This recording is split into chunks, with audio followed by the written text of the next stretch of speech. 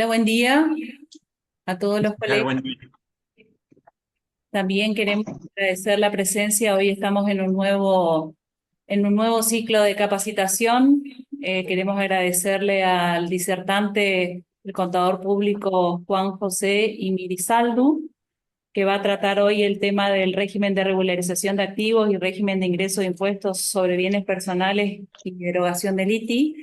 Y bueno, antes de arrancar con la disertación, quiero contarles a los colegas que estamos con la presencia del doctor Daniel Ricardo García, que es magíster y especialista en Derecho Tributario de la Universidad Austral, director de la especialización de recursos tributarios y previsionales de la Unidad Gastón Dáchari, con el doctor Mariano Ezeiza, magíster y especialista en Derecho Tributario de la Universidad Austral, codirector de la especialización de recursos tributarios y previsionales de la Universidad Gastón Dáchari y director de litigios penales de la UIF, y con el doctor y contador, presidente de la UIF, Ignacio Jacobucci, quienes han sido convocados para hacer la presentación también de la nueva certificación universitaria que está por llevarse a cabo a través de la Universidad Gastón Dáchari. Le voy a dar la palabra al doctor García para que él haga las presentaciones correspondientes.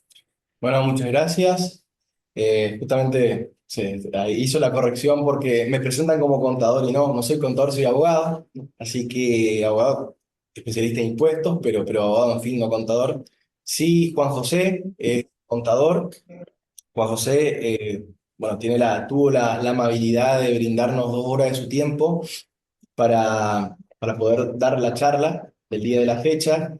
Él, además de ser contador, especialista en impuestos, es director nacional de impuestos del Ministerio de Economía de la Nación y particularmente sé que está con mucho trabajo, así que le agradezco mucho que haya tenido la deferencia de darnos su tiempo.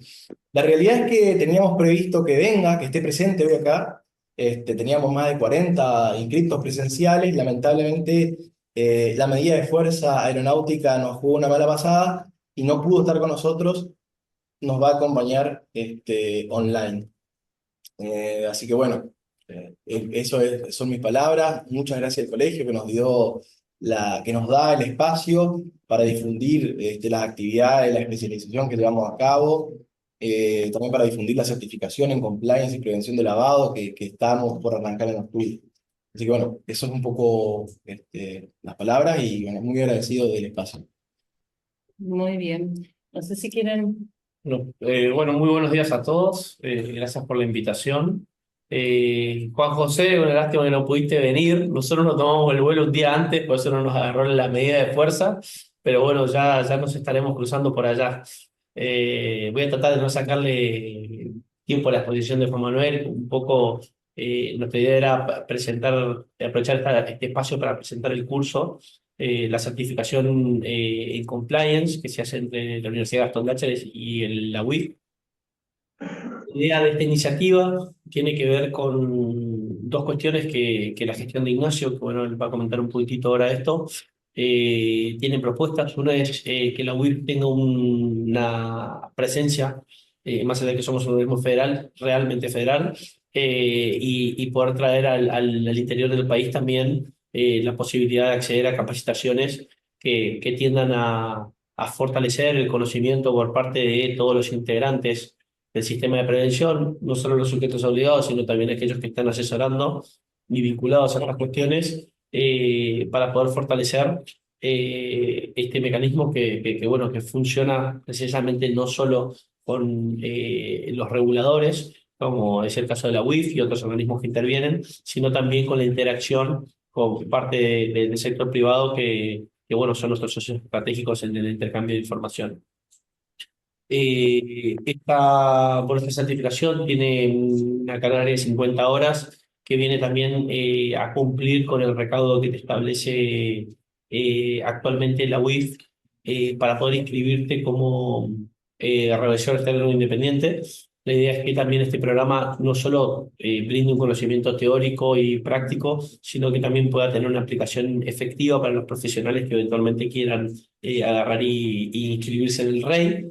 Y bueno, y la segunda línea, además de ser la intención de generar presencia en el interior, es cumplir con un poco la resolución 14 del 2023, impone la capacitación en tema de lavado a los sujetos obligados. Eh, Así que bueno, después les podemos pasar más información del curso, eventualmente si la quieren en detalle, a través de Daniel o Eliana Udín, que es la coordinadora. Y bueno, sin más, muchas gracias por el tiempo y bueno, no sé si querés. Buen día a todos. Yo soy Ignacio Jacobuzzi, soy presidente de la Unidad de Información Financiera. Estoy designado en febrero de este año. Es un placer estar acá. Sé que le estamos robando tiempo a la clase de Juan José Grisaldú, así que voy a tratar de ser breve. Lo primero, destacar su clase. Creo que tiene una virtud que es muy difícil de encontrar, que es explicar de manera fácil lo que es complejo, ¿no? Y en general los abogados solemos ser al revés, complejizar lo fácil. Bueno, él tiene la capacidad inversa, muy virtuosa de explicar sencillo lo que es complejo, así que a destacar esa virtud y aprovecharla, ¿no? Yo tuve el gusto de contar con sus instituciones cursos de abogados, y la verdad que esa virtud que hay que aprovechar. De parte de la unidad financiera, solo mencionar que estamos cerca, tenemos el interés de que nos puedan consultar, que podamos tener un diálogo. Tenemos varias reuniones con el Consejo Federal de Notariado, especialmente tenemos un muy buen vínculo con el doctor Diego Molina. Bueno, y la idea es que sepan eso, que estamos también para recibir consultas, propuestas, sugerencias. La idea nuestra es, más allá de nuestra función de regulador, ser un regulador inteligente, ser un regulador que escucha a sus regulados para tratar de facilitar el trabajo, agilizar el sistema de reportes de operaciones sospechosas.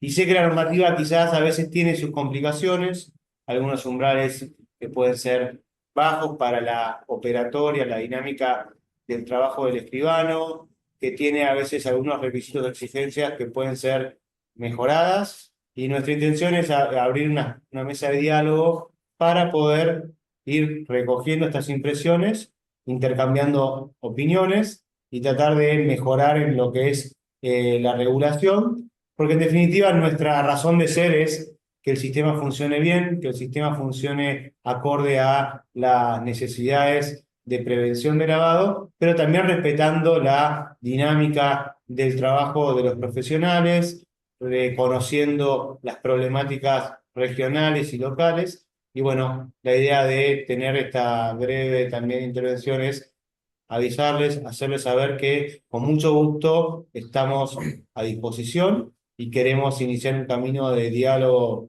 sincero, obviamente cada uno en su rol, en su posición, pero con interés de tratar de ajustar, de que el sistema realmente funcione con efectividad y tratar de sacar las trabas, quizás a veces burocráticas, que complejizan lo que es simple, un poco volviendo a las palabras iniciales. Así que muchas gracias y no les robo más tiempo de esta excelente disertación que seguro van a tener. Bueno, muchas gracias entonces por la presencia y vamos a darle la palabra entonces al contador público para que inicie la disertación.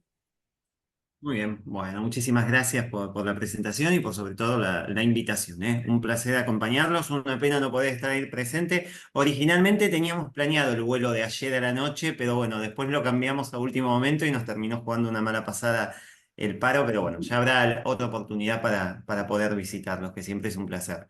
Bueno, la idea de estas próximas 2 horas que tenemos por delante es hacer una especie de repaso de una serie de reformas que han sucedido en estos últimos meses y que actualmente están obviamente en vigencia porque estamos en el medio de próximos vencimientos. Hay como un punto de inflexión que vamos a comentar o vamos a señalar en más de una oportunidad, que es el 30 de septiembre, este próximo 30 de septiembre. Y vamos a dividir esta conversación en 3 tópicos. Van a estar entrelazados, pero bueno, para tratar de hacerlo lo más llevadero posible, creo que lo mejor es dividirlos. Uno tiene que ver con la imposición patrimonial, bienes personales y este régimen especial de ingreso del impuesto que legisla el título 3 de la ley 27743, un segundo tópico relacionado con el régimen de regularización de activos del título 2 de la 27743, y finalmente le dedicaremos un ratito a lo que tiene que ver con la derogación del impuesto a la transferencia de inmuebles, el ITI. Dicho esto, primero voy a compartir pantalla, es el material que seguramente ustedes ya tienen. Yo no sé si se ve bien, ¿no? Lo que yo estoy viendo, no sé si ustedes lo están viendo. ¿Lo ven? Sí, sí, sí. No, genial. Bien. Vamos a empezar entonces, como les decía, con la primera parte, que es todo lo relacionado con la imposición patrimonial, las novedades con relación a la imposición patrimonial. Y acá tenemos que detenernos en dos aspectos. ¿Hay una reforma en el impuesto sobre los bienes personales? Sí, efectivamente hay una reforma, y las normas que legislan y que reglamentan esa reforma son las que están en pantalla. Pero, como siempre digo, todo esto que voy a decir en los próximos minutos resulta de aplicación y es válido en la medida que el contribuyente decida continuar abonando el impuesto sobre los bienes personales. Es decir, si el contribuyente, en vez de optar por continuar en bienes personales, decide adherir a un régimen especial creado por la ley 27743, esto que vamos a decir ahora no nos va a resultar de aplicación, porque vamos a tener que leer ese régimen especial, que de hecho lo vamos a hacer en unos minutos. Por lo cual, lo primero que debemos tener en claro es que esto que voy a señalar a continuación resulta de aplicación y es válido en la medida que el contribuyente decida continuar abonando el impuesto sobre los bienes personales, o lo que es lo mismo, decida no adherir al régimen especial de ingreso sobre del impuesto sobre los bienes personales, que es el famoso REIBP. Entonces, si el contribuyente decide continuar en bienes personales y no adherir a ese régimen especial, las normas modificatorias que implementó la ley 27743 han sido reglamentadas a través de las diversas resoluciones que ustedes tienen, decretos y resoluciones que ustedes tienen en pantalla. Siempre digo lo mismo, yo me explayo en función de las normas que tenemos vigentes al día. Ha habido varias adecuaciones, varias modificaciones, aclaraciones adicionales. A medida que van saliendo se irán aclarando, por lo cual yo me quedo con la legislación vigente al momento en el que estamos dando esta charla. Y es lo que está en pantalla para bienes personales. Básicamente, porque tampoco quiero robarle demasiado tiempo con este tema, ¿cuáles son las principales modificaciones que vemos hoy en la liquidación del impuesto? Que vale la pena aclarar, no lo dije, es el periodo fiscal 2023. Estamos en el mes de septiembre, es cierto, todo el trámite legislativo que llevó la norma hasta que finalmente se aprobó y se publicó en el boletín oficial y por ende entró en vigencia, hizo que todo esto se extendiera demasiado, ¿sí? Porque creo que es hasta inédito que recién estemos en la puerta de los vencimientos de los impuestos de diciembre de 2023, pero bueno, se dio esta situación particular. Y lo cierto es que cuando uno va a liquidar este año, o el periodo fiscal 2023 del impuesto sobre los bienes personales, se va a encontrar con una serie de modificaciones. ¿Cuáles son esas modificaciones? Primero tenemos un incremento en los mínimos del impuesto. Todos sabemos que cuando armamos una declaración de bienes personales, aquel que tiene una casa habitación, un inmueble destinado a casa habitación, cuenta con un mínimo no imponible, es decir, un importe hasta el que no paga, y si lo supera, paga por la diferencia.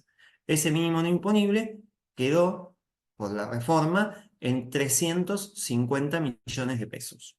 Y luego, cuando terminamos de evaluar todos los bienes, tanto del país como del exterior, y tenemos la base imponible, hay que aplicar un mínimo no imponible global. Ese mínimo no imponible global es de 100 millones de pesos. Es decir, lo que sea el importe de mi base imponible que pase a la tabla para determinar el impuesto va a ser siempre el monto que supere los 100 millones de pesos. Eso es básicamente lo que ocurre acá, y esas son las dos novedades en cuanto al incremento de esos mínimos no imponibles. La otra novedad que trajo el impuesto, y un poco ya la adelanté cuando les contaba cómo funciona el mínimo no imponible, es que hasta hace poco teníamos vigente una legislación que le decía a un contribuyente, persona humana, porque bienes personales es solo persona humana, le decía, si vos tenés bienes en el exterior, salvo que los repatries, con la definición que implicaba repatriar, que era traer el equivalente al 5% de los bienes en el exterior, en concepto de dinero al país y depositarlo en una cuenta especial, salvo que hiciera esa operación de repatriación, esos bienes en el exterior debían pagar una alícuota acrecentada, es decir, tenía un impuesto que se dividía en dos determinaciones, bienes del país por una escala progresiva y bienes del exterior por una alícuota acrecentada. Ese mecanismo de separar la determinación del impuesto queda derogado. Y ahora volvemos al esquema histórico de bienes personales, en donde todos los bienes, incluidos los del exterior, sin importar si se repatrian o no, pasan a tributar bajo el esquema de una escala progresiva. Y esa escala progresiva también ha tenido cambios. ¿Por qué? Porque cuando uno compara la escala que va a aplicar ahora respecto de la que hubiera usado sin esta reforma, por ejemplo, el último tramo de la tabla fue eliminado. Es decir, la alícuota más alta del 1,75 ya no rige.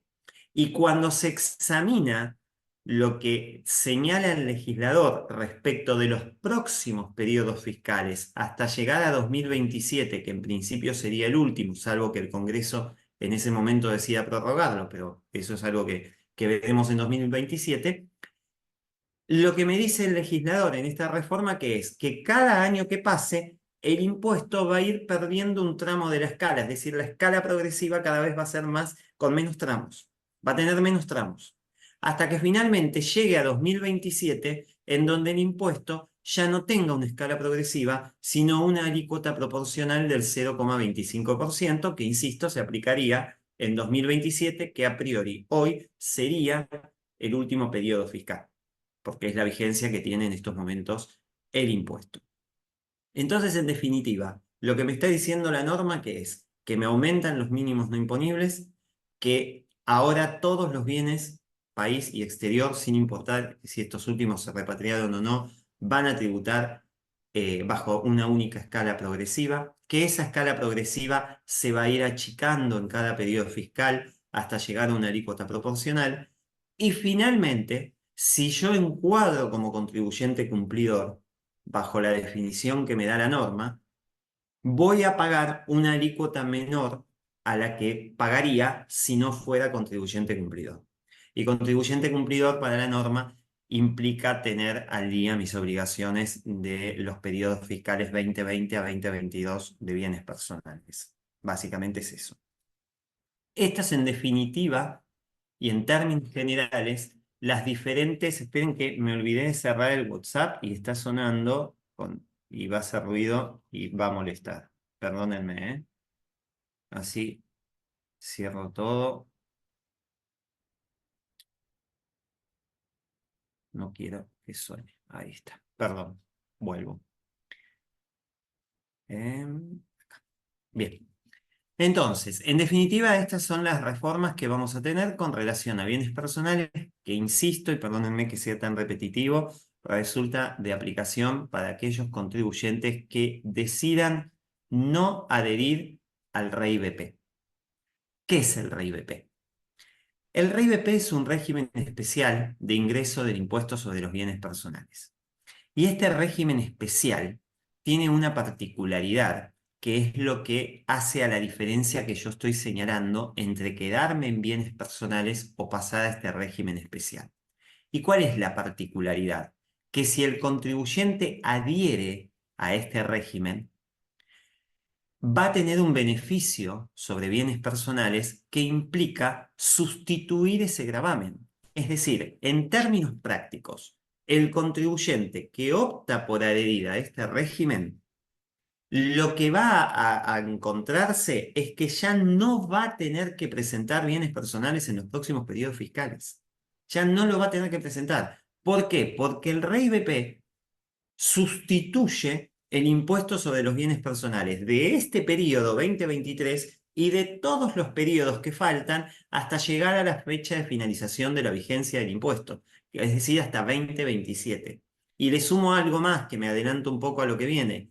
No solo me sustituye los periodos fiscales del impuesto, por lo cual ese contribuyente ya se va a olvidar de presentar una declaración jurada de bienes personales en los periodos futuros, sino que además le garantiza una estabilidad fiscal, en el sentido de que si hubiera impuestos patrimoniales nuevos a futuro, la carga máxima tributaria que se le puede aplicar es un determinado porcentaje, que ahora en un ratito vamos a mencionarlo porque es el porcentaje que en definitiva es la alícuota que en definitiva aplica para calcular este impuesto de régimen especial. Entonces, en la práctica, si yo decido adherir a este régimen, el beneficio que tengo, más allá de que por supuesto voy a tener que pagar una obligación y ahora la vamos a determinar, el beneficio que tengo es sustituir, olvidarme de bienes personales de acá a 2027 inclusive, y que se me garantice una estabilidad fiscal durante, si la memoria no me falla, creo que es hasta 2038, pero ahora en un rato se los confirmo. Ahora, cuando entramos en este régimen especial, yo acá tengo como un llamado de atención en pantalla, ¿no? Ojo que el REIBP es uno solo, pero el estudio lo tenemos que abordar diferenciando dos compartimentos, bienes regularizados y no regularizados. Y acá, para entender este llamado de atención que está en pantalla, es necesario que traiga a colación un tema que vamos a ver dentro de un ratito, que es el de los bienes que se regularicen bajo el régimen de regularización de activos. ¿Por qué? Porque cuando uno se va a ese régimen de regularización de activos, que es el título 2 de la ley 27743, la norma, ¿qué es lo que me dice? Que un sujeto que tenía bienes que no declaraba, los va a poder regularizar. ¿Bienes a qué fecha? Al 31 de diciembre de 2023. Por lo cual, si yo voy a cerrar mi declaración jurada de 2023, la de bienes personales que vence ahora, y quiero entrar a este régimen, lo único que puedo poner como bien declarado es aquello que no esté declarando como bien regularizado. Parece un trabalenguas lo que estoy diciendo, pero es así. Es decir, si yo toda la vida venía declarando un depósito y un inmueble, no puedo de repente, puedo hacerlo por supuesto, pero si decido regularizarlo, no puedo decir que ya venía declarando, no sé, un piso en Nueva York, porque no lo tenía, porque lo adhería al régimen del blanqueo. Entonces lo que va a ocurrir en bienes personales es que el sujeto se va a encontrar en su patrimonio con dos tipos de bienes. Los que venía declarando, que técnicamente hablando son los bienes no regularizados, porque ya los venía declarando, y los bienes que no estaba a la vista del fisco que los tenía, que son los bienes regularizados al amparo de este régimen de regularización que vamos a ver en un rato. Entonces el contribuyente va a tener que incluir, si adhiere a este régimen especial, dentro de este régimen especial, a los dos bienes, a los dos tipos de bienes, los que ya declaraba y los que no declaraba pero que ahora regulariza. Entonces, este régimen especial al contribuyente que adhiera, porque es opcional, le va a exigir, una vez que el contribuyente adhirió, que esa adhesión la haga por el universo completo de los bienes. Es decir, los que ya declaraba más los que regulariza por este régimen de regularización de activos. Eso es fundamental tenerlo presente. Y lo segundo que hay que tener presente, que ahora vamos a ver cómo juegan estas opciones, ¿no? Bueno, acá tienen las normas. Yo tengo un defecto, les pido disculpas, que empiezo a hablar, no me doy cuenta, no paro y me olvido de avanzar las filminas. Así que sepan disculparme si me atraso con las filminas que van avanzando. Acá nuevamente están enumeradas las normas que resultan de aplicación a este régimen especial, que obviamente solo resultan de aplicación si el contribuyente no va por bienes personales, porque si va por bienes personales, dijimos antes que todo esto no tendría sentido. Bien. ¿Qué sujetos pueden adherir a este régimen especial de bienes personales? ¿Qué sujetos pueden optar por sustituir el impuesto y garantizarse una estabilidad fiscal desde el punto de vista patrimonial. Bueno, son los mismos sujetos que si no existiera este régimen especial debieran tributar el impuesto sobre los bienes personales. Es decir, son las personas humanas y las sucesiones indivisas, porque esos son los dos sujetos del impuesto sobre los bienes personales. Acá dejamos afuera a todo lo que esté relacionado con regímenes de sustitución del impuesto, ¿no?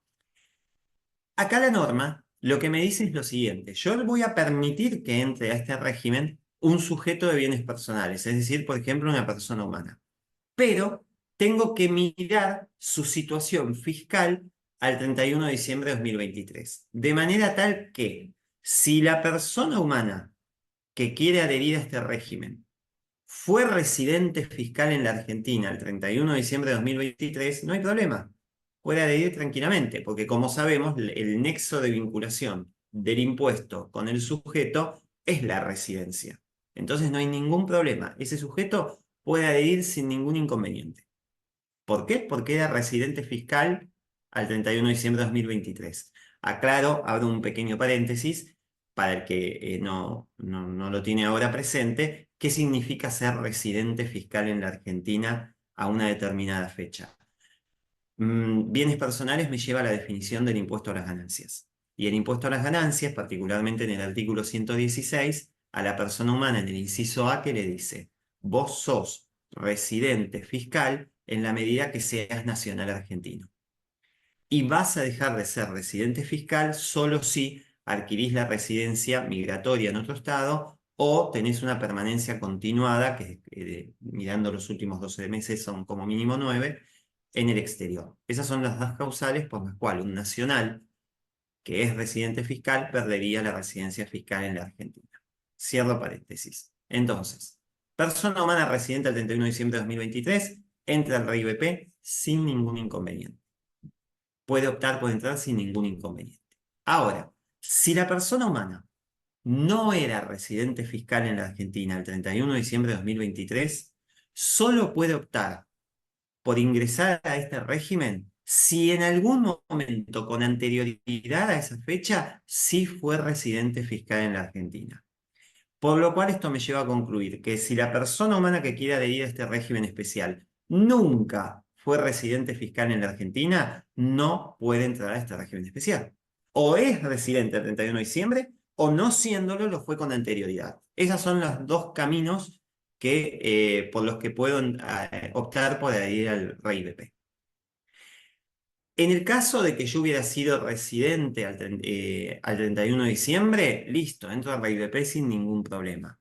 Ahora, si yo no lo fui, pero lo fui con anterioridad, la norma que me dice que optando por ese régimen, por este régimen, el sujeto readquiere la residencia.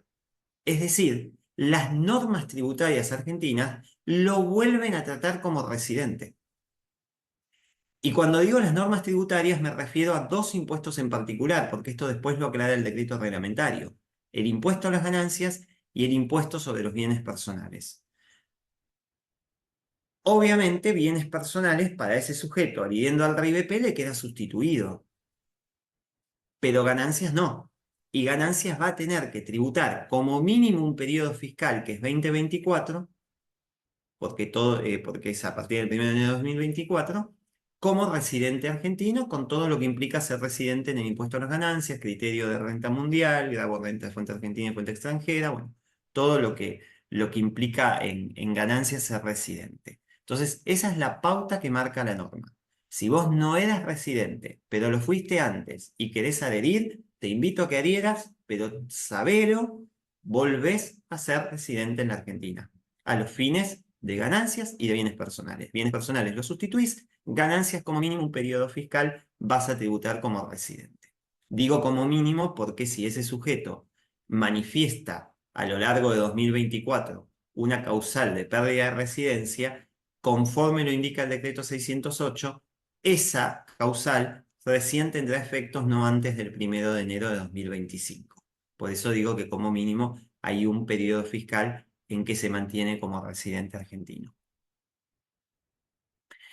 Entonces ahora este sujeto que se encuentra con estas situaciones dice: bueno, ¿puedo o no puedo adherir a RIBP? ¿Y por qué bienes adhiero? Bueno, acá se me abre un panorama que también está aclarado en el decreto 608 con la modificación introducida el viernes pasado por el decreto 773, que es lo siguiente. Si yo no quiero adherir al RIBP por los bienes, porque acá la pauta, previo a que yo numere esto que está acá, la pauta que creo que es la regla más sencilla, la pauta para tener en cuenta es qué decisión tomo con los bienes no regularizados.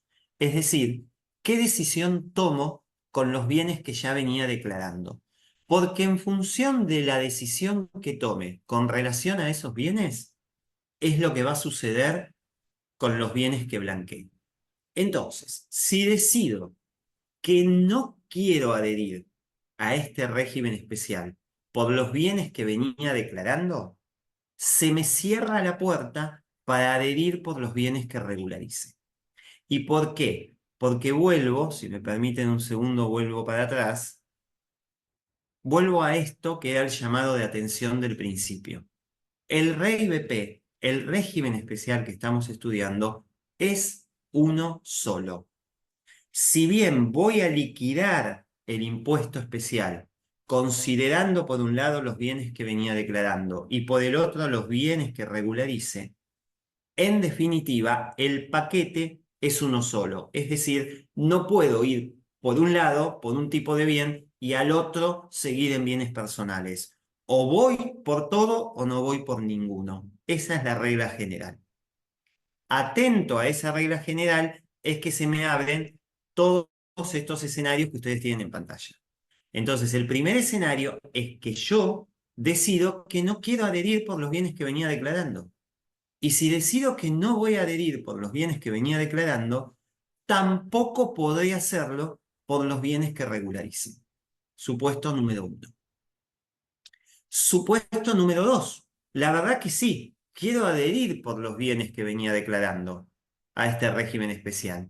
Entonces, si adhiero por los bienes que venía declarando, estoy obligado a adherir por los bienes que regularice.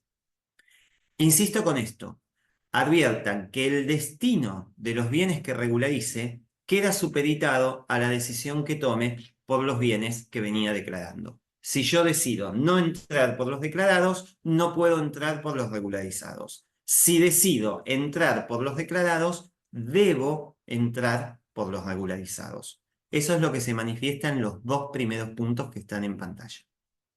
El tercer punto es que yo, queriendo adherir por los bienes que venía declarando, me encuentro con una situación particular. ¿Y cuál es esa situación particular? Que cuando hago en mis papeles de trabajo la determinación de bienes personales, como el mínimo no imponible me subió a 100 millones, no tengo impuesto a pagar.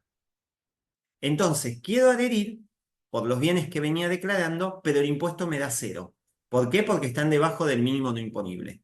En ese caso, el sujeto podrá adherir a este régimen especial solo si tiene bienes regularizados, es decir, si blanquea bienes.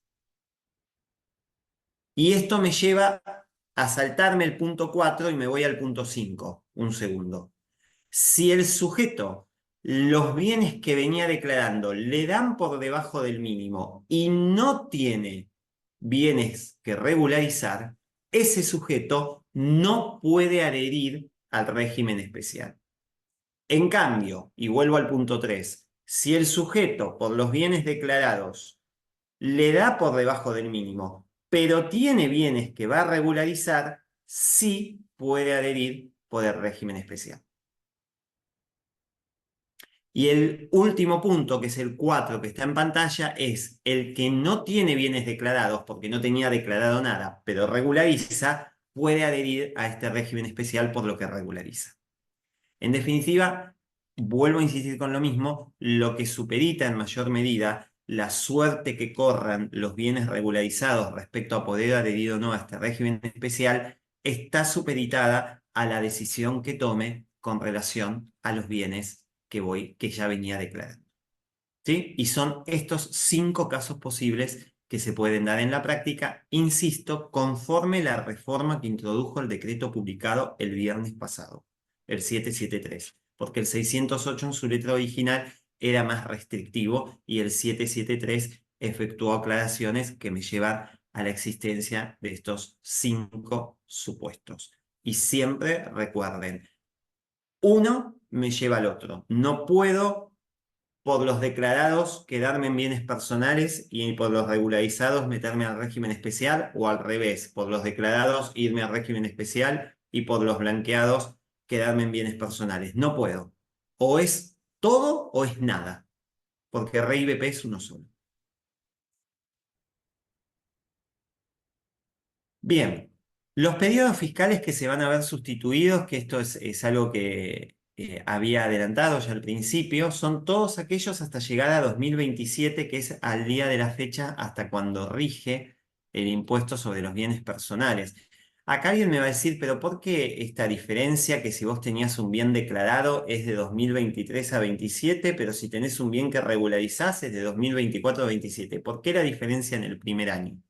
La diferencia está dada porque si yo regularizo, que es lo que vamos a charlar ahora en un ratito, al regularizar, el artículo 34 de la ley que me dice que hasta la fecha de regularización, que es el 31 de diciembre de 2023, quedo liberado de toda obligación impositiva, entre otros beneficios.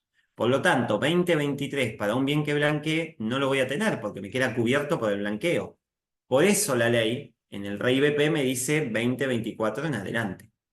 Y por eso para lo que venía declarando tiene que considerar 2023, porque ese no tiene ningún beneficio. Entonces los periodos fiscales que se regularizan, que se sustituyen, son los que están en pantalla, dependiendo si hablamos de bienes que ya venía declarando o de bienes que no declaraba. Pero en definitiva, la conclusión a la que llego es que entrando al régimen especial hay una sustitución de todos los periodos fiscales que restan en la vigencia del impuesto sobre los bienes personales para los dos tipos de bienes, los que venía declarando y los que regularice. Bueno, y acá en el cuadro que está en pantalla tienen el calendario que hoy está vigente, porque la particularidad que tiene esto, que es algo parecido a lo que ocurre con el régimen de regularización de activos, es que cuando uno adhiere, debe, si bien va a pagar una obligación, esa obligación hay que hacer un pago adelantado, un pago inicial, como le llama el REIBP, que es equivalente al 75% del impuesto que voy a tener que pagar cuando tenga el vencimiento. Entonces, para aquellos que opten por adherir al REIBP por los bienes que ya venían declarando, tienen tiempo para adherir hasta el 30 de septiembre de 2024 y deben hacer un pago inicial en la semana, porque son los vencimientos que marcó la resolución de AFIP 5550, que es entre el 19 y el 21-22 de septiembre, si no me equivoco. No tengo acá a mano la rezo, pero creo que son esas fechas. Eso por un lado. Y para aquellos que decidan adherir o que deban adherir por los bienes que regularicen, bueno, la fecha límite obviamente depende de cada etapa del régimen de regularización, porque sabemos que tiene 3 etapas, y a su vez cada una de esas etapas tiene una fecha límite de pago inicial. Por lo cual el pago inicial correspondiente a los bienes que una persona regularice en la etapa 1 vence el 30 de septiembre. ¿Sí? Son fechas para tener en cuenta, particularmente porque estamos justamente en el mes de esos vencimientos. ¿Sí? Así que para tenerlos presentes. Esto, y me detengo un segundo acá, esto de abrir en diferentes etapas el pago inicial es una de las reformas que implementó el decreto 773 publicado la semana pasada. Bien, bueno, no entro en detalles con relación a la base imponible, pero básicamente, si el impuesto que yo debo abonar por los bienes que ya venía declarando implica tomar la base imponible conforme las normas del impuesto sobre los bienes personales, con algunas mínimas adecuaciones, con algunas exenciones que dependiendo la fecha en que adquirí el instrumento financiero quizás no quede exento. Y cuando llego a esa base, restándole los 100 millones del mínimo no imponible, y si tengo una casa habitación, los 350 millones, llego a esa base imponible, lo multiplico por la alícuota, que la alícuota va a ser el 0,45%, 0,45, y lo multiplico por 5, porque son los 5 periodos fiscales que sustituye. En cambio, para los bienes que regularice, la base imponible es el valor que voy a determinar en función del blanqueo. Acá no veo las normas de bienes personales, sino que tomo las normas del blanqueo. Le voy a aplicar una alícuota del 0,5% y lo voy a multiplicar por 4, porque 4 son los periodos fiscales que sustituye. Saliendo de todo ese esquema de lo que es el régimen, hay un impuesto especial que legisla el artículo 61 de la ley y que está dirigido a evitar maniobras elusivas del REIBP.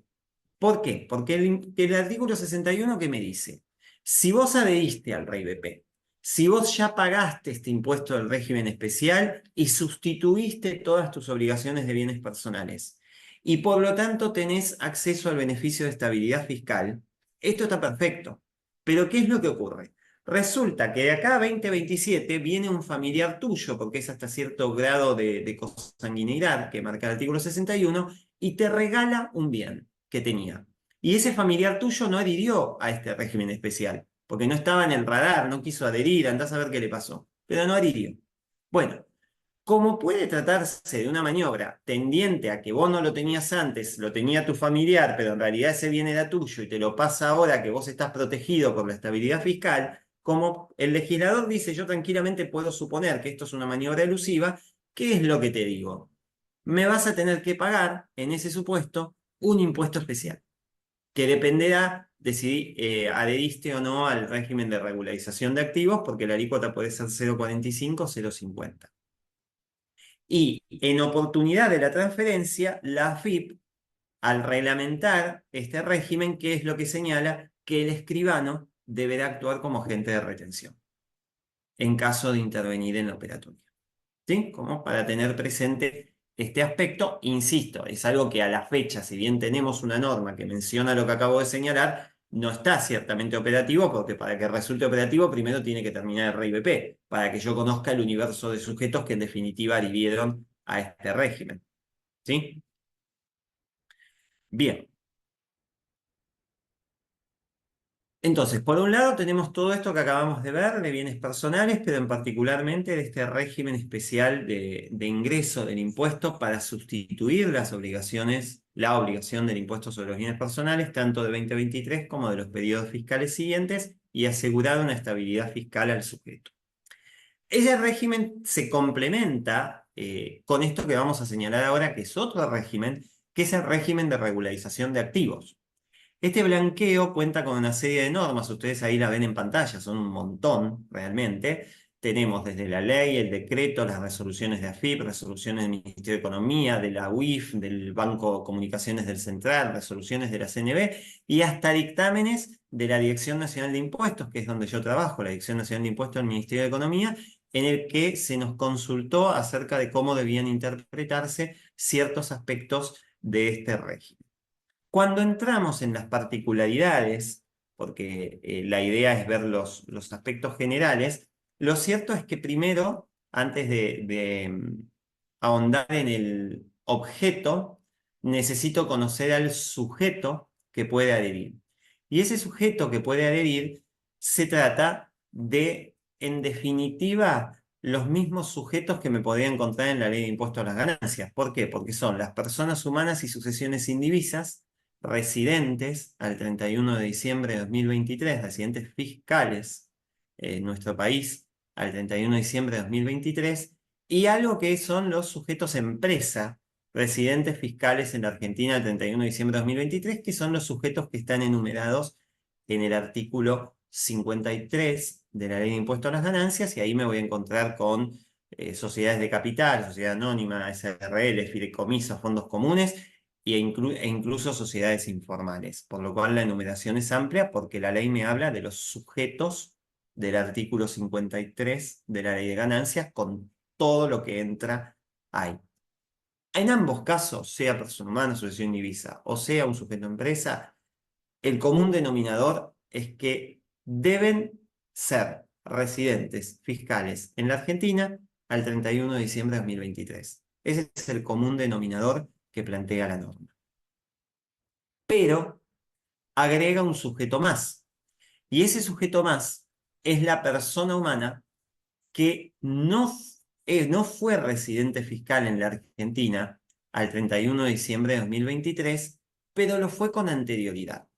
Por lo cual esto me permite llegar a una primera conclusión. ¿Cuál es? Que si la persona humana que pretende entrar a este régimen nunca fue residente fiscal en la Argentina, no puede entrar al régimen. Punto número 1. No puede. Lo tiene prohibido. Y punto número 2, si en algún momento previo al 31 de diciembre de 2023 sí lo fue, pero ahora no, bueno, puede entrar a este régimen. Acá es muy similar a lo que pasa con el régimen de ingreso de bienes personales que vimos recién. Entonces, insisto, si fue residente fiscal antes de diciembre, pero el 31 de diciembre no lo era, puede entrar.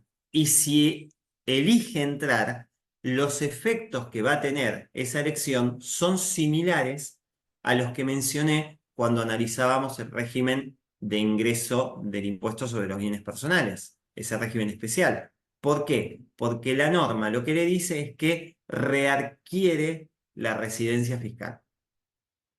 Por lo tanto, a partir del 1 de enero de 2024, a ese sujeto se lo vuelve a considerar residente fiscal en la Argentina.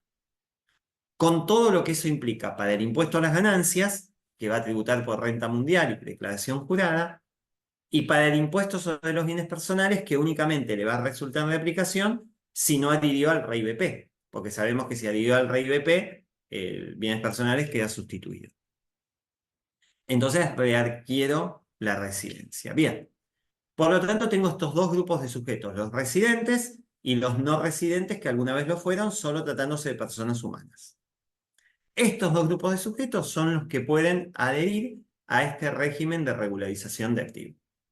Ahora, cuando uno entra a este régimen de regularización de activos, se va a encontrar con dos capítulos que son los que constituyen quizás la columna vertebral, porque son los que me indican, en definitiva, qué impuesto debo abonar, qué impuesto especial por el régimen de regularización debo abonar. Y acá es quizás donde se produjo el tema que más protagonismo tomó en las primeras semanas de vigencia de esta norma y que a raíz de una serie de consultas que nos efectuaron las entidades profesionales, en particular el Consejo Profesional de Ciencias Económicas de la Ciudad de Buenos Aires y la Federación de Graduados, bueno, eso nos llevó a emitir dos dictámenes en donde,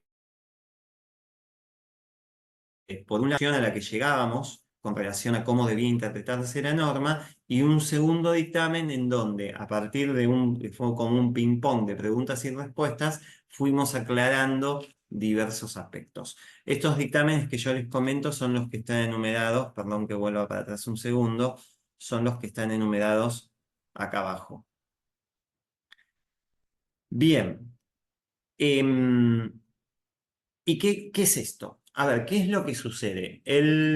La ley a mí me abre el escenario en dos capítulos y me dice, por un lado, todo lo que vos regularices, y cuando digo todo lo que yo regularice, son todos los bienes susceptibles de entrada a este régimen. Y cuando digo todos los bienes susceptibles de entrada a este régimen, es todo aquello que está enumerado en el artículo 24. Y cuando digo el artículo 24 y lo abro, me encuentro que tengo un punto 24.1 dentro del artículo 24 que enumera los bienes que pueden adherir situados en Argentina.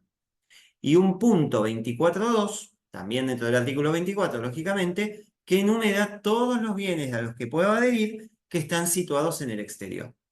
Al principio, cuando uno entra a leer el 24.1 y el 24.2, bienes en el país y bienes en el exterior, respectivamente, la realidad es que parece que fuera un listado taxativo, pero no lo es meramente enunciativo, porque cuando llegamos al final de esos incisos, hay un inciso residual en cada uno de esos puntos que me dice, bueno, y si tenés otro bien en el país o en el exterior que no mencioné arriba, también puede entrar. Salvo que, y ahora entra a jugar el punto 24.3 del artículo 24, salvo que el bien esté excluido. ¿Sí? ¿Y qué bienes van a estar excluidos? Bueno, son, por ejemplo, fondos que vengan de jurisdicciones que estén en la lista gris o negra del GAFI. Entonces, por un lado, yo lo que tengo es que todo lo que puede ingresar a este régimen de regularización es lo que está enumerado en el artículo 24, salvo que quede excluido. Ahora, cuando nos paramos expresamente en estos dos capítulos que están en pantalla, se me abren dos regímenes de regularización diferentes. Un primer régimen que incluye a todos los bienes que pueda regularizar, excepto los excluidos, insisto, y excepto, y ahora agrego una excepción más, excepto lo que pueda regularizar por el capítulo quinto. Es decir, ingresa por el capítulo 4 todo lo que puedo regularizar, excepto que esté excluido o excepto que vaya por el capítulo quinto. Y antes de ir al capítulo quinto, digo, bueno, ¿qué hago cuando yo meto todo lo que tenga que meter por el capítulo 4? ¿Qué significa esto que quedó en el capítulo 4? Significa que se me va a abrir un esquema de etapas, etapa 1, etapa 2, etapa 3, cada etapa con una alícuota diferente, y en función de esa alícuota resultará el impuesto especial que deba abonar. Eso significa.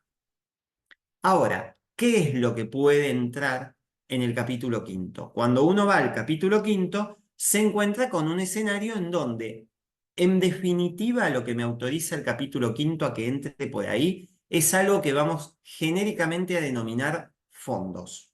¿Y qué son los fondos? Bueno, lo que tienen ustedes en pantalla. El dinero en efectivo, en la Argentina o en el exterior. El dinero depositado en cuentas del exterior que se ha transferido al país y depositado en una cuenta especial, y el dinero producido por la enajenación de títulos valores depositados en el exterior. En definitiva es eso. Entonces, si yo decido regularizar fondos, dinero, esos fondos, si lo hago, como vamos a ver dentro de un ratito, hasta el 30 de septiembre de 2024, no van a entrar por el capítulo cuarto, es decir, no van a ir a la tabla, sino que van a ir a una especie de ecosistema en donde, cumpliendo determinadas condiciones y llegando a una fecha en particular que marca la norma, me voy a poder llevar esos fondos sin que queden sujetos a retención alguna. Esos son los dos universos, los dos escenarios que me abre la norma. Todo lo que quiera regularizar por el capítulo 4 bajo una tabla de imposición, y todo lo que regularice en los términos del capítulo 5 atado a una condición que, si se cumple, hace que el sujeto pueda retirar los fondos sin que queden sujetos a retención. Para entrar en las particularidades, porque no es que vamos a entrar en detalles de base ni nada que se le parezca, pero digo, para ir a las particularidades, voy a empezar con el capítulo 4, es decir, con todos los bienes que queden sujetos a la tabla dividida en etapas que marca la norma.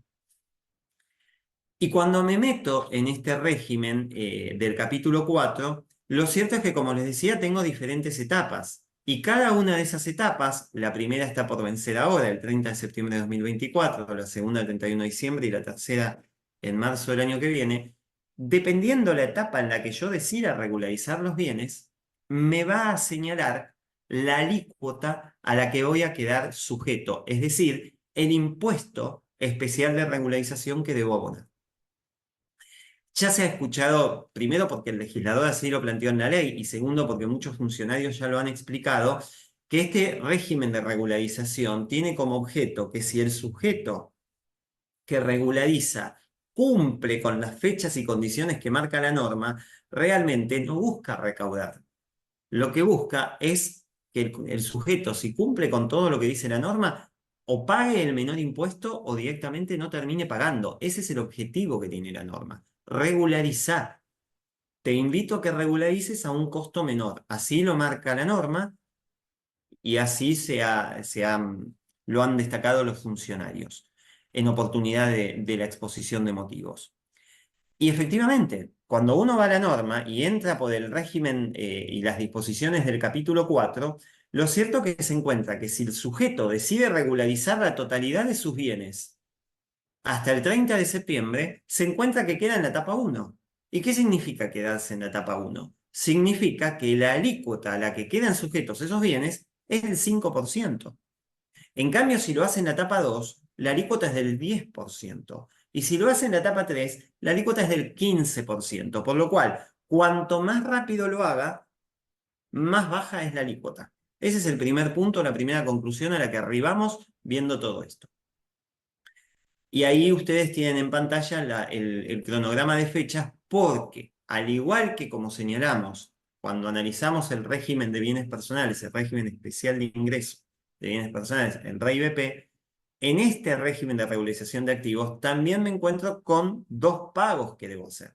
Un primer pago a modo de anticipo, que es lo que la norma denomina técnicamente hablando pago anticipado, que debe ser equivalente a no menos del 75% de lo que va a ser el impuesto definitivo, y un segundo pago que es el saldo restante, que sería como máximo el 25%, porque el 75% ya lo adelanté.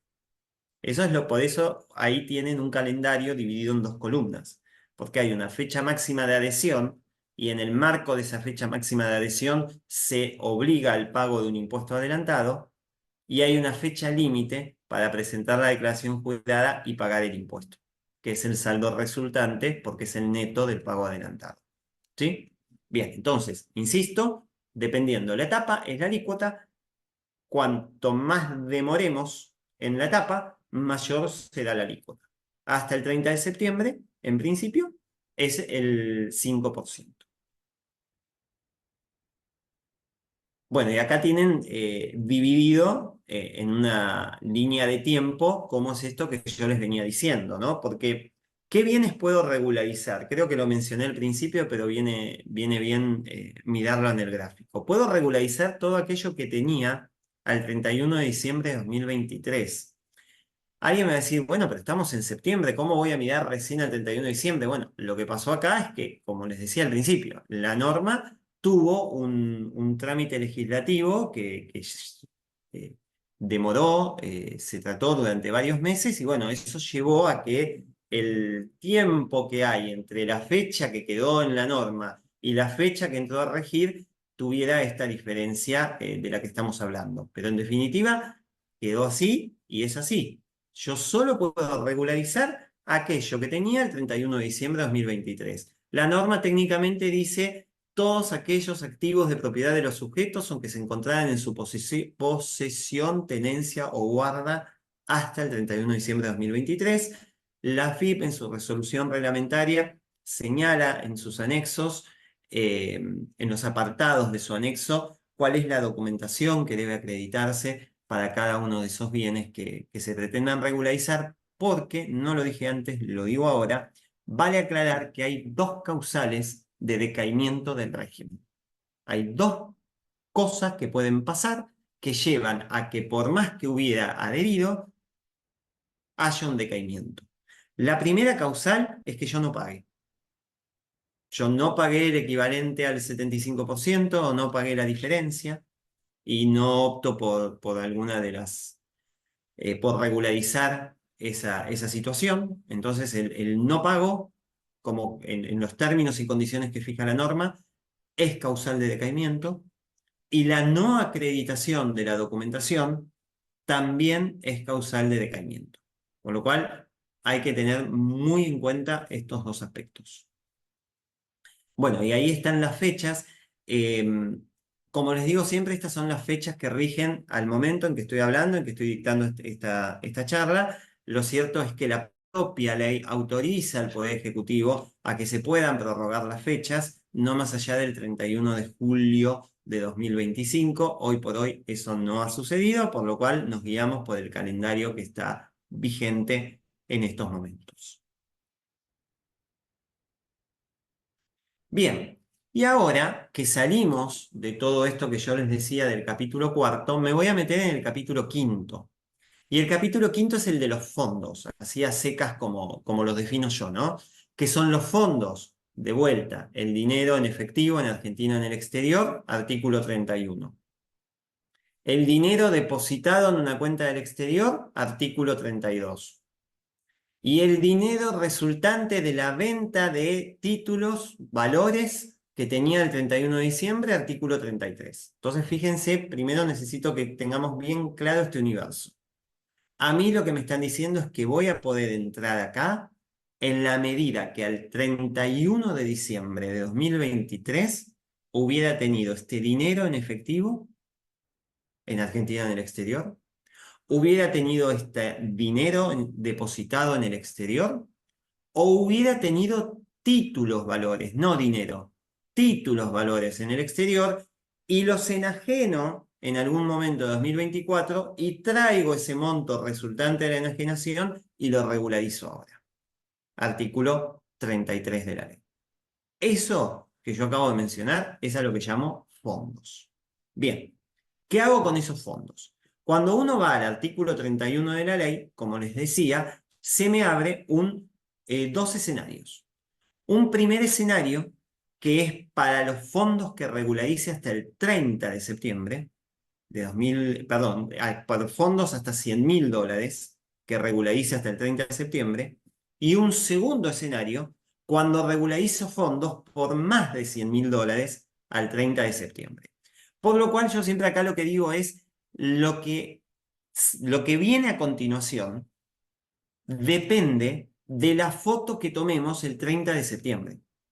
¿Qué quiero decir con esto? Hoy es 6 de septiembre y regularizo $70.000 y empiezo a darle los destinos que vamos a comentar ahora. Y resulta que dentro de 10 días regularizo $50.000 más. Bueno, yo no puedo mirar solo el momento en que regularicé, sino que tengo que mirar el total acumulado hasta el 30 de septiembre para partir el análisis en hasta 100.000 o más de 100.000. Eso es el primer punto. ¿Sí? ¿Y por qué es tan importante conocer si estoy en un escenario o en otro? Por lo que va a ocurrir a partir del 1 de octubre. Porque hasta el 30 de septiembre, sin importar la plata que regularice, sea hasta 100.000 o más de 100.000, hasta el 30 de septiembre, conforme lo indica la ley y luego lo aclara, porque lo que voy a decir ahora está en el artículo 31 de la ley y lo complementa y aclara el artículo 18 del decreto reglamentario junto con la resolución 590 del Ministerio de Economía. Entonces, hasta el 30 de septiembre, independientemente del dinero que regularice, ese dinero debe mantenerse en una cuenta especial, es decir, debe ingresar en un ecosistema. O en su defecto, si no quiero mantenerlo en ese ecosistema de cuentas especiales, las famosas ceras, debo afectarlo a algún destino específico que también va a marcar la norma. Porque si yo hoy deposito la plata y mañana me la llevo a mi casa o la transfiero a una cuenta bancaria común, eso implica que no estoy cumpliendo la primera condición que impone la norma, que es mantener el dinero en ese ecosistema. Y no cumpliendo esta condición que impone la norma de mantener el dinero en el ecosistema, en términos prácticos eso implica de que ni siquiera adherí al régimen. No es que hay un decaimiento, ni siquiera se manifestó la condición inicial de adhesión, porque acá la condición inicial de adhesión es que esos fondos hubieran permanecido hasta el 30 de septiembre en este ecosistema que estoy hablando. Entonces esto es fundamental. Y recién a partir del 1 de octubre es donde realmente va a cobrar mucha relevancia si la foto es que regularicé hasta 100 o más de 100. Pero eso ahora lo vamos a ver en un ratito. Entonces, arranco y llego ahora a regularizar, ¿no? Porque estamos dentro del periodo de regularización, porque esto rige hasta el 30 de septiembre. Sin importar los fondos que regularice, lo primero que me dice la norma es que esos fondos deben depositarse en una cuenta especial. sin importar el dinero que regularice. Los fondos deben depositarse en una cuenta especial. Depositados en esa cuenta especial, lo otro que me dice la norma es, bueno, yo te doy la opción de que lo mantengas en la cuenta especial, no hay ningún problema, mantenelo. Pero también te doy la opción de que lo puedas afectar a determinados destinos. Y esos determinados destinos surgen tanto de la ley como del decreto, como de la resolución del ministro de Economía que les venía, que enumeré hace un ratito. ¿Y cuáles son esos destinos? Bueno, vamos a pararnos en el primer supuesto. El sujeto que deposita fondos en la cuenta especial hasta $100.000. ¿Qué puede hacer de acá el 30 de septiembre? Opción número 1, insisto, mantener esos fondos en la cuenta especial. Opción número 2, destinar esos fondos al pago del impuesto especial. El impuesto especial es el que yo determino en función del capítulo 4 de la ley, el que fue por la tabla. Que no lo dije, pero lo digo ahora, la regla es que el impuesto, los bienes van a evaluarse en moneda extranjera, en dólares estadounidenses, y el impuesto debe abonarse en dólares estadounidenses, salvo por algunas excepciones que marca la norma. Si no, la regla general es pagar en dólares el impuesto. Ese impuesto del que estoy hablando es el del resto de los bienes que regularicé por la tabla en función de las diferentes etapas. Entonces, opción número 1, lo mantengo en la cuenta especial. Opción número 2, pago el impuesto especial del capítulo 4. Opción número 3, adquiero determinados instrumentos o lo destino a ciertas inversiones.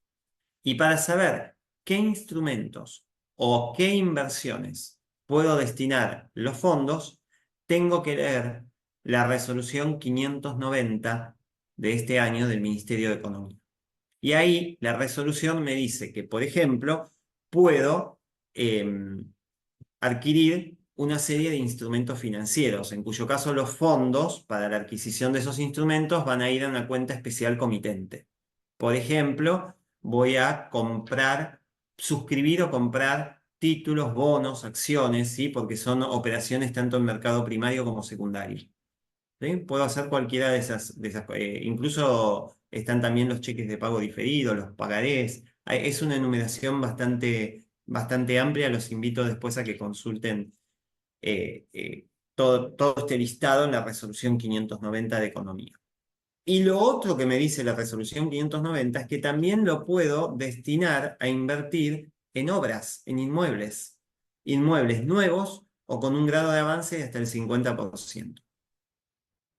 Entonces, me permite que yo ese dinero lo destine, por ejemplo, abonándoselo o transfiriéndoselo a un desarrollador inmobiliario.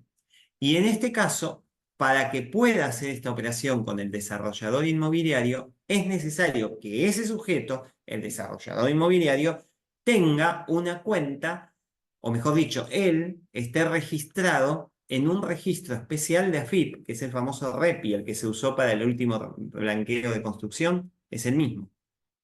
Entonces, si yo decido invertir en instrumentos financieros, el fondo va a pasar de una cuenta bancaria especial a una cuenta comitente especial. Pero si decido invertir en un desarrollo inmobiliario, el fondo sale de mi cuenta especial y puede entrar tranquilamente a una cuenta común del desarrollador, porque la norma no exige que ese desarrollador inscripto en el registro tenga una cuenta especial. Ahora, si yo decido invertir en un inmueble nuevo de un desarrollador que no está en el registro de AFIP, pierdo el beneficio. Tengamos presente eso. El desarrollador debe estar inscripto en el registro. Condición fundamental. El otro destino o la otra afectación es que yo haga transferencias onerosas debidamente documentadas. ¿Qué significa esto? Que yo regularicé mi plata y ahora cruzo y me compro un auto por $30.000.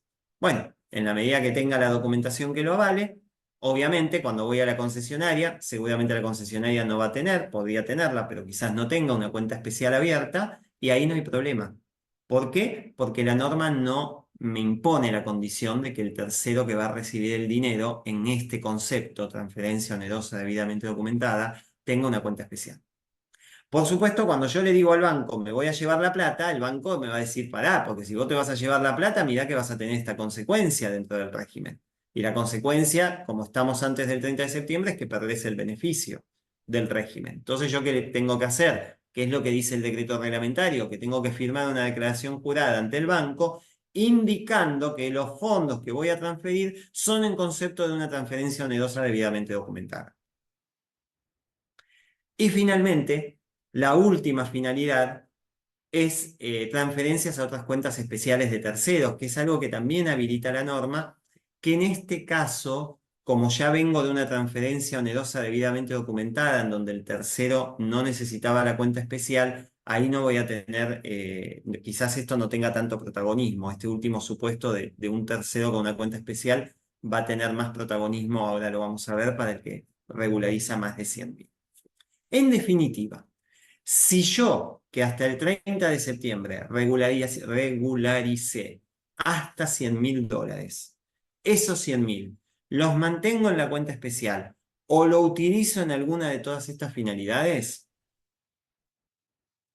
el 1 de octubre de 2024, esos fondos los voy a poder retirar sin quedar sujeto a retención alguna. Eso es lo que me marca la norma. Pero para que eso sea así, es necesario que hasta el 30 de septiembre quede dentro de este ecosistema que acabo de describir. Diferente es la situación, fíjense que se me abre un poco más la línea de tiempo, si el sujeto regulariza hasta el 30 de septiembre por un importe superior a 100.000. Porque en ese caso, este sujeto que regularizó por un importe superior a 100.000, primero, volvemos a hablar de los mismos fondos que hablamos recién.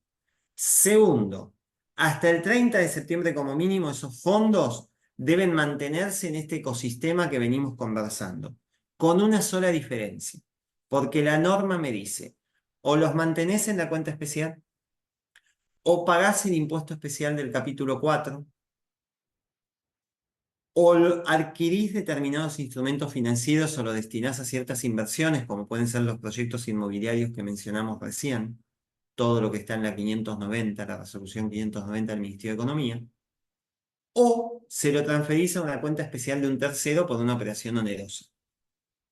Es decir, que si yo comparo este universo con el universo que vimos recién de hasta 100.000, la única diferencia que encuentro es que me desaparece de acá la posibilidad de efectuar operaciones onerosas debidamente documentadas que impliquen que el fondo vaya a una cuenta de un tercero no especial.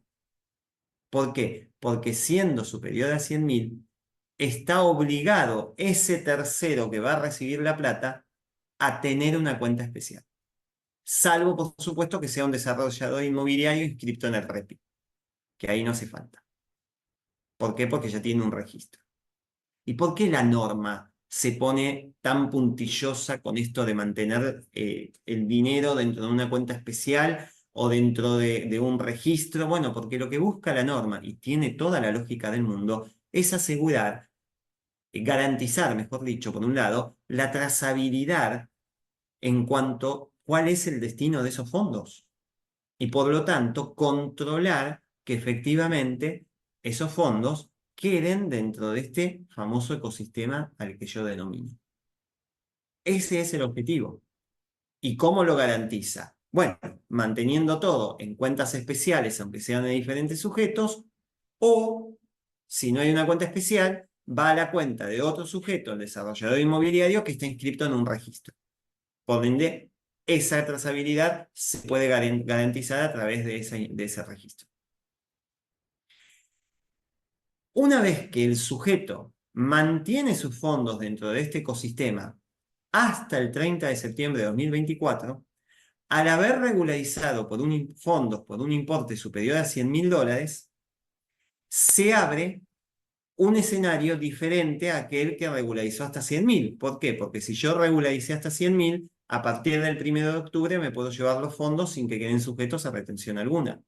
En cambio, si regularizo más de 100.000, la norma me dice que recién podré retirar los fondos sin que queden sujetos a retención alguna a partir del 1 de enero de 2026.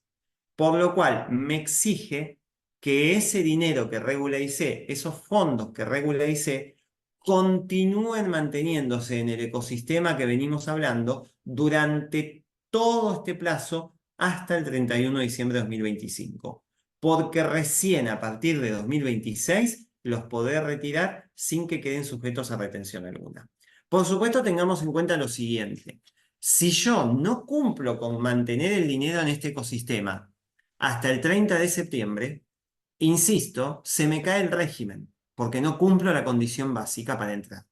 En cambio, si cumplí con mantenerlos hasta el 30 de diciembre y los quiero sacar a partir del 1 de octubre, nadie me prohíbe que los saque. La diferencia, ¿dónde está? En que entre el 1 de octubre de este año y el 31 de diciembre del año que viene, fondo que yo saque, fondo que queda sujeto a retención.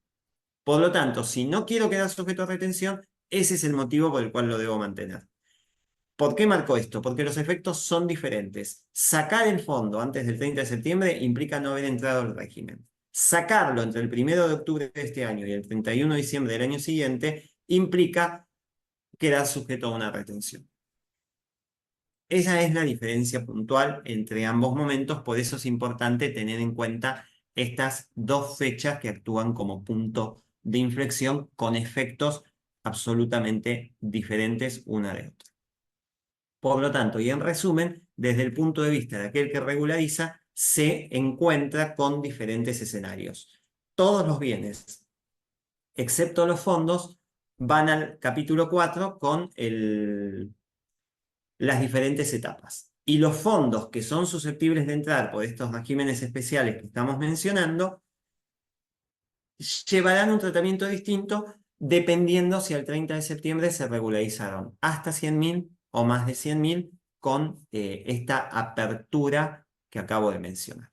Estos son los diferentes escenarios que plantea la norma. Y ya para finalizar todo este tema del blanqueo, yo les decía hace un ratito, el sujeto puede regularizar, perdón, va a regularizar y debe abonar un impuesto especial en dólares estadounidenses, porque así lo determina el capítulo 4, cuando me lleva a las tablas de las diferentes etapas, dice, bien que regularices, bien que va a abonar un impuesto especial. Ahora, cuando yo me paro en esas tablas, etapa 1, etapa 2 y etapa 3, hay un mínimo no imponible que es de $100.000. Por lo tanto, si yo regularizo, lo único que regularizo es un inmueble que vale $400.000, el cálculo del impuesto va a ser sobre 300.000. ¿Por qué? Porque hay un mínimo no imponible de 100.000. Ahora, si el sujeto regulariza ese inmueble de $400.000 y $120.000 en efectivo, como los capítulos no se mezclan, voy a tener, por un lado, el cálculo del impuesto especial sobre el inmueble, es decir, en mi ejemplo eran $400.000 menos el mínimo no imponible de 100.000, voy a calcular el impuesto sobre una base imponible de 300.000. Y por el otro, al haber regularizado $150.000, como regularizó fondos por un importe superior a 100.000, le caben las consideraciones de la filmina que está en pantalla. Por eso es importante que tengamos presente que son regímenes independientes. No se mezclan los mínimos, no hay dos mínimos exentos o dos mínimos imponibles, son regímenes totalmente distintos, que actúan totalmente independientes. Eso es fundamental que lo tengamos en cuenta con relación a cómo actúa cada uno de ellos y cómo se regulariza en cada uno de ellos. Y vuelvo sobre lo mismo, que era lo que quería decir y terminé hablando también de este tema. El impuesto se calcula y se debe abonar en dólares estadounidenses, salvo casos puntuales, porque la norma, por ejemplo, me dice que si lo único que regularizo son determinados bienes en moneda nacional, inmuebles, títulos que coticen o no en bolsa o créditos en moneda nacional, la ley me dice que puedo pagar el impuesto en moneda nacional. No necesito hacerme de dólares para pagarlo. Y si, por ejemplo, lo único que yo deposité en este régimen especial del artículo 31 fueron pesos y tengo un impuesto especial del capítulo 4 en dólares, lo puedo pagar en pesos. porque lo único que tengo como liquidez son pesos, ¿sí? Son dos supuestos que abren las normas como excepción para no pagar en dólares, sino en moneda nacional. Bien, y el otro aspecto que me parece interesante comentar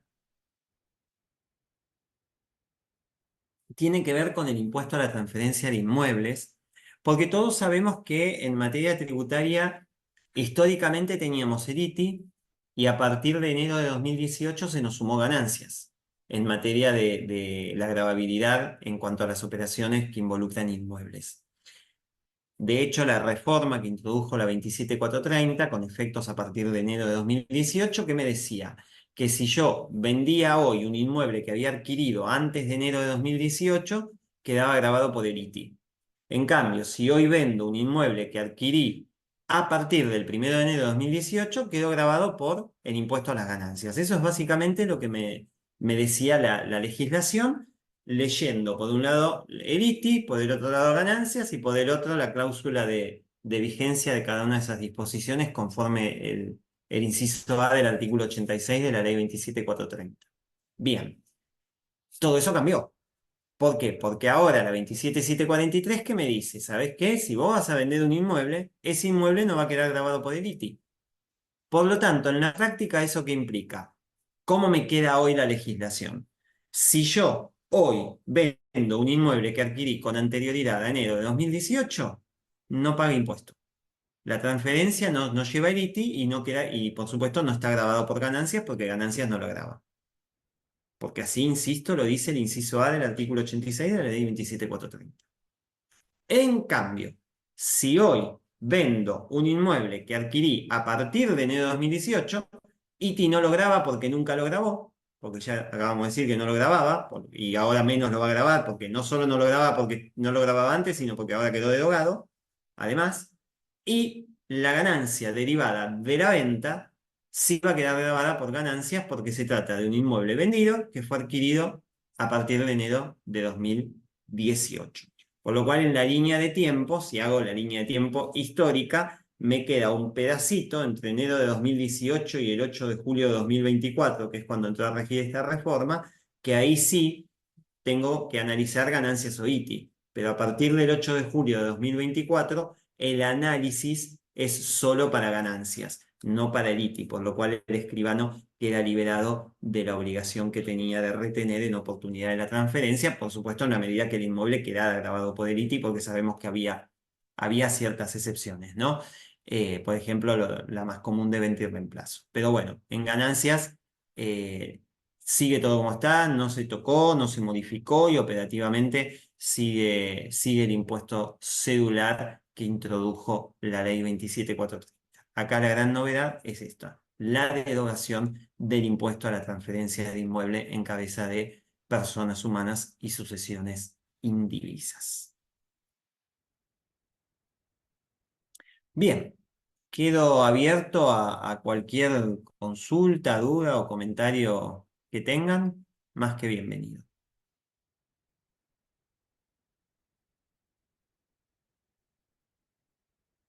Siempre digo que no sé si los silencios son buenos porque todo se entendió o es malo porque ya quedaron todos que, ¿qué dijo este hombre? Le perdí el rastro a los 10 minutos.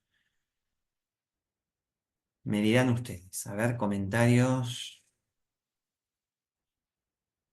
¿Qué pasa si los bienes regularizados no superan el mínimo no imponible de 100 millones? ¿Pueden adherir al REI BP?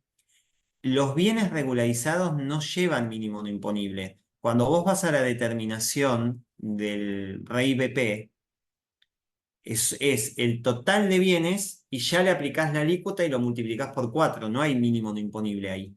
El mínimo no imponible solo es para los bienes no regularizados, es decir, para los que ya venías declarando.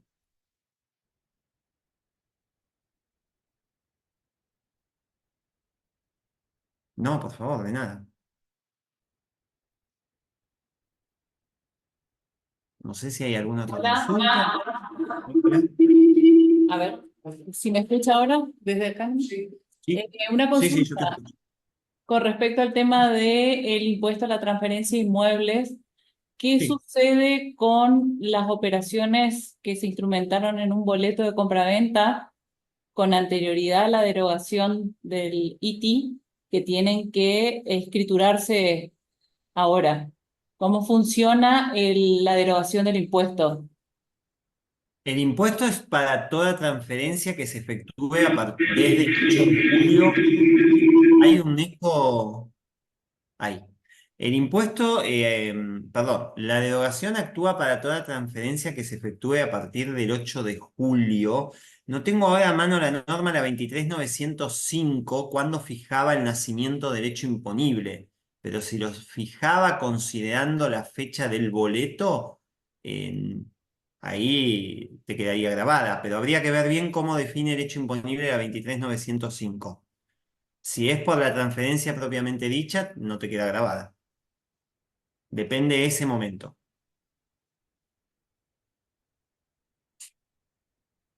O sea que si entiendo yo que el hecho imponible se genera en la fecha de la suscripción del boleto de compraventa. Si en el momento en Sí, que se quisiera celebró verificar la todavía estaba vigente 23.905 el para ITI, darte. Aclarar que no pueden hablar juntos. Perdón, no, que entonces quisiera en verificar la principio, 23.905 para darte la fecha si se exacta. hace él está... Por eso aclarar. Tenemos como cierto delay. No, lo que decía es eso, que me gustaría verificar lo de la 23.905, así te doy el dato exacto. Lo busco y después te lo paso bien, bien preciso. Igual, si hay boleto de compra-venta, tenía que haberse dado la posesión, que era de ahí se configuraba el hecho imponible. Gracias Héctor por el dato, exactamente. Muchas gracias. En el chat, ¿puede aclarar desde cuándo sería operativa nuestra función como agente de retención en base al REI BP? Sí, lo que marca la norma no es que marca una fecha en particular. Lo que marca la norma es una situación en particular.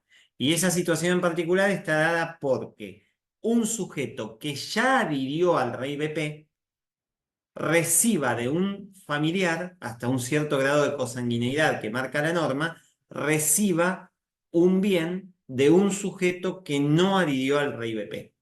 Entonces esa es la situación que debe observarse en oportunidades si el escribano tiene que actuar como agente de retención o no. La pata de quien da el bien y de quien la recibe respecto del REI BP. Eso es lo que hay que mirar. Por eso decía en el momento de la exposición, bueno, quizás no está operativo hoy porque en definitiva capaz que tengo un bien que pasa a otro sujeto y ese otro sujeto no adhirió al REI BP. Es como que está todo el mundo ahora viendo si adhiere o no al REI BP. Esos casos quizás se den con especial énfasis dentro de un tiempo. Y es un impuesto que tiene una finalidad antielusiva, ¿no?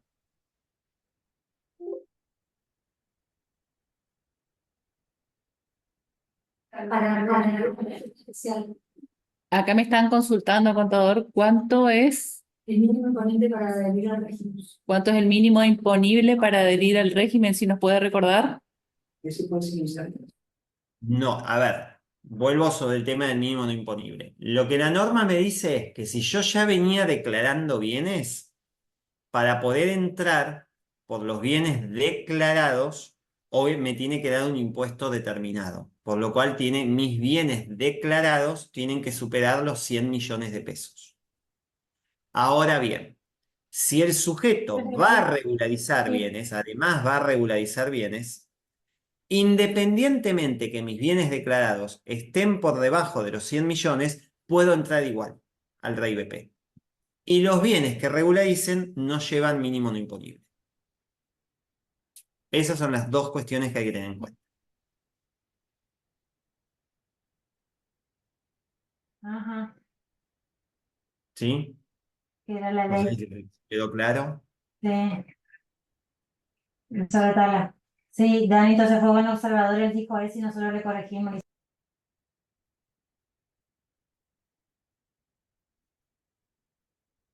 ¿Alguna consulta más con respecto a este tema? Lo que hay en el chat, a ver. Con respecto a la evaluación de mejoras y obras en curso sobre inmuebles influidas por el 773. La reglamentación especifica evaluación para inmuebles tomando como valor más alto entre el fiscal y el mínimo, que es ampliamente menor al valor de mercado en algunos casos. ¿Cómo evaluar las mejoras en este caso?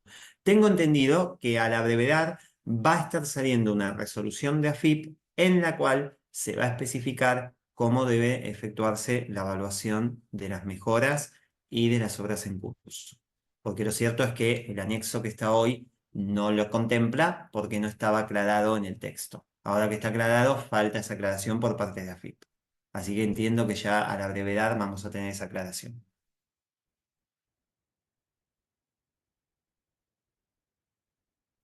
Me están consultando acá, contador, si las sesiones, si las sesiones de derecho sobre inmuebles.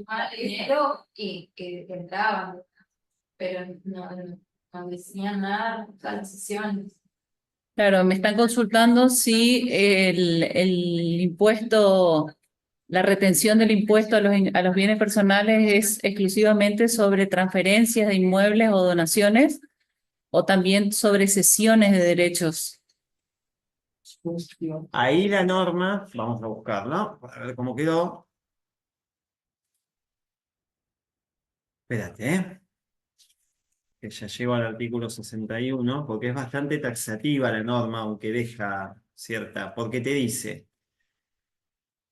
en el caso en que se efectúe una donación, y después este artículo vos lo tenés que llevar al alcance que le dio el artículo 38 del decreto 608. El artículo 38 te dice, el impuesto adicional sobre donaciones y otras liberalidades recaerá sobre las donaciones y o las transferencias a título oneroso por un valor inferior al de mercado. Y cuando te define a las donaciones, te lleva a la definición del cuarto párrafo de la ley. Y cuando te vas al cuarto párrafo te dice, el término donación incluye a toda liberalidad que tenga por efecto directo o indirecto transmitir la propiedad de un bien a otro sujeto sin percibir a cambio una contraprestación equivalente a su valor de mercado.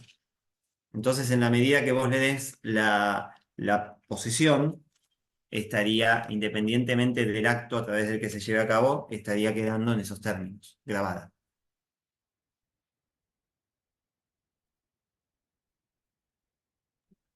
Ahí están haciendo una consulta en el chat. ¿Qué se entiende por valor de mercado? Lo define el artículo 38 del decreto reglamentario, da las precisiones.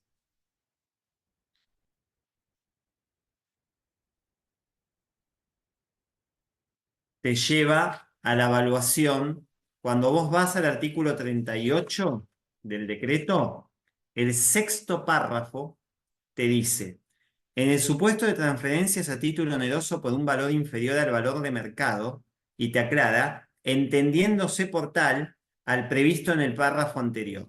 Y cuando vas al párrafo anterior, te lleva a la evaluación en los términos del artículo 27 de la ley. Traduzco al castellano, el valor de mercado es el valor por el cual valuarías ese bien si lo regularizaras por el blanqueo. O sea, tomás la pauta de evaluación del blanqueo.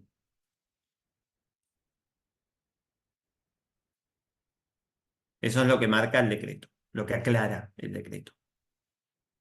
Bueno, bueno, muy bien, no hay más consultas, así que le agradecemos al contador y Mirisaldu, muchas gracias, y a los colegas también por la convocatoria.